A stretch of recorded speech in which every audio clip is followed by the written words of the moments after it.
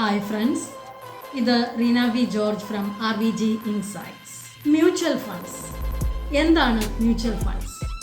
ഈയിടെയായി നാം എപ്പോഴും കേൾക്കാറുള്ള ഒരു പദമാണ് മ്യൂച്വൽ ഫണ്ട്സ്. മ്യൂച്വൽ ഫണ്ട് എന്നത് നിരവധി നിക്ഷേപകരിൽ നിന്ന് പണം സ്വരൂപിച്ച് ഓഹരികൾ, ബോണ്ടുകൾ, സർക്കാർ സെക്യൂരിറ്റികൾ, സ്വർണം തുടങ്ങിയ ആസ്തികളിൽ നിക്ഷേപിക്കുന്ന ഒരു നിക്ഷേപ മാർഗമാണ്.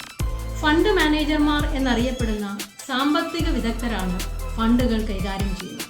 ഇൻവെസ്റ്റ് ചെയ്യുന്നവർക്ക് വേണ്ടി ഫണ്ടുകൾ വിശകലനം ചെയ്യുന്നതും നിക്ഷേപ തീരുമാനങ്ങൾ എടുക്കുന്നതും ഈ വിദഗ്ധരായ ഫണ്ട് മാനേജേഴ്സ് ആണ്. പല ഇൻവെസ്റ്റേഴ്സും പണം നൽകുമ്പോൾ അത് വലിയൊരു തുകയാകുന്നു.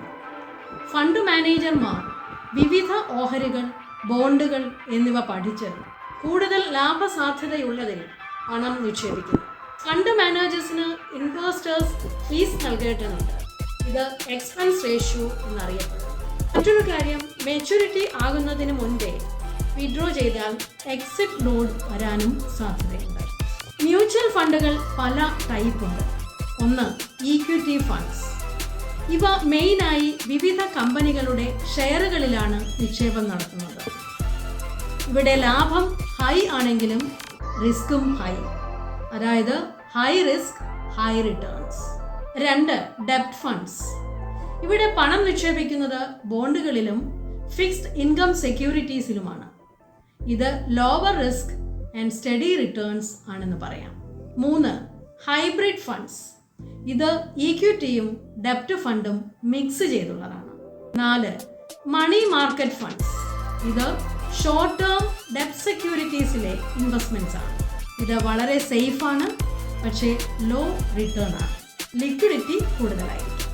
അഞ്ച്, ഇൻഡെക്സ് ഫണ്ട്സ് ഓർ ETFs.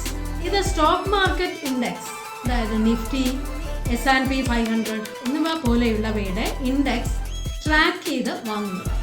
ഇത് long term and lower risk ആയിരിക്കും. ഭൂരിപക്ഷം മ്യൂച്വൽ ഫണ്ട്സും ഓപ്പൺ എൻഡഡ് ആണ്, അതായത് എപ്പോൾ വേണമെങ്കിലും വാങ്ങുകയും വിൽക്കുകയും ചെയ്യാം.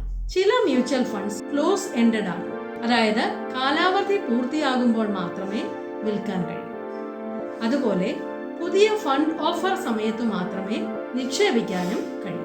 ഉദാഹരണത്തിന്, ഇപ്പോൾ നമ്മൾ 10,000 രൂപയുടെ ഒരു മ്യൂച്വൽ ഫണ്ട് നിക്ഷേപം എടുക്കുകയാണെങ്കിൽ അത് ഫണ്ട് മാനേജർമാർ 30 മുതൽ 50 വരെയുള്ള കമ്പനികളുടെ, for example Infosys, HDFC bank, Reliance, TCS etcetera, ഈ കമ്പനികളുടെ ഷെയറുകളിലായി സ്പ്രെഡ് ചെയ്ത് നിക്ഷേപിക്കുന്നു. അതിൽ ഒരു കമ്പനി പുവറായി പെർഫോം ചെയ്താലും മറ്റ് കമ്പനികളിലൂടെ അത് ബാലൻസ് ചെയ്യാം. പക്ഷെ നമ്മൾ ഈ 10,000 രൂപ ഒരു കമ്പനിയുടെ സ്റ്റോക്ക് വാങ്ങിക്കാൻ ഉപയോഗിച്ചാൽ, ഫോർ എക്സാമ്പിൾ HDFC ബാങ്ക് ആണെന്ന് സങ്കല്പിക്കുക, അപ്പോൾ നമ്മളുടെ റിട്ടേൺ ആ കമ്പനിയുടെ പെർഫോമൻസിനെ മാത്രം ആശ്രയിച്ചിരിക്കും. രണ്ട് രീതിയിൽ നമുക്ക് മ്യൂച്വൽ ഫണ്ടുകളിൽ ഇൻവെസ്റ്റ് ചെയ്യാം. ഒന്ന്, ലംസം ഇൻവെസ്റ്റ്മെന്റ്. ഒരു വലിയ തുക ഒന്നിച്ച് നിക്ഷേപിക്കുക. ഈ രീതിയിൽ നിക്ഷേപിക്കുമ്പോൾ നിക്ഷേപ സമയത്തെ മാർക്കറ്റ്സ് അപ്സ് ആൻഡ് ഡൗൺ നമ്മുടെ നിക്ഷേപത്തെ ബാധിക്കുമെന്നതിനാൽ നിക്ഷേപിക്കുന്ന സമയം വളരെ പ്രധാനമാണ്.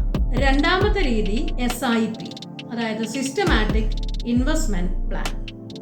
ഇടയ്ക്കിടയ്ക്ക് റെഗുലറായി ചെറിയ എമൗണ്ടുകളായി ഇൻവെസ്റ്റ് ചെയ്യുന്ന രീതിയാണ് SIP. സ്റ്റഡിയായി ലോങ് ടേം ഗ്രോത്ത് ലഭിക്കുമെന്നതും മാർക്കറ്റ്സ് അപ്സ് ആൻഡ് ഡൗൺ അത്ര അഫക്റ്റ് ചെയ്യില്ല എന്നതും ഇതിന്റെ ഗുണങ്ങളാണ്. സാലറി ലഭിക്കുന്ന ആളുകൾക്ക് ഏറ്റവും യോജ്യമായ ഒരു രീതിയാണിത്. ചുരുക്കി പറഞ്ഞാൽ, മ്യൂച്വൽ ഫണ്ട്സ് എന്ന് പറഞ്ഞാൽ മാനേജ്ഡ് ബൈ എക്സ്പേർട്സ് ആയതിനാൽ സേഫർ ആണ്, ഈസിയർ ആണ്, അതുപോലെ തന്നെ ലോങ് ടേം ഗ്രോത്തിന് നല്ലതാണ്.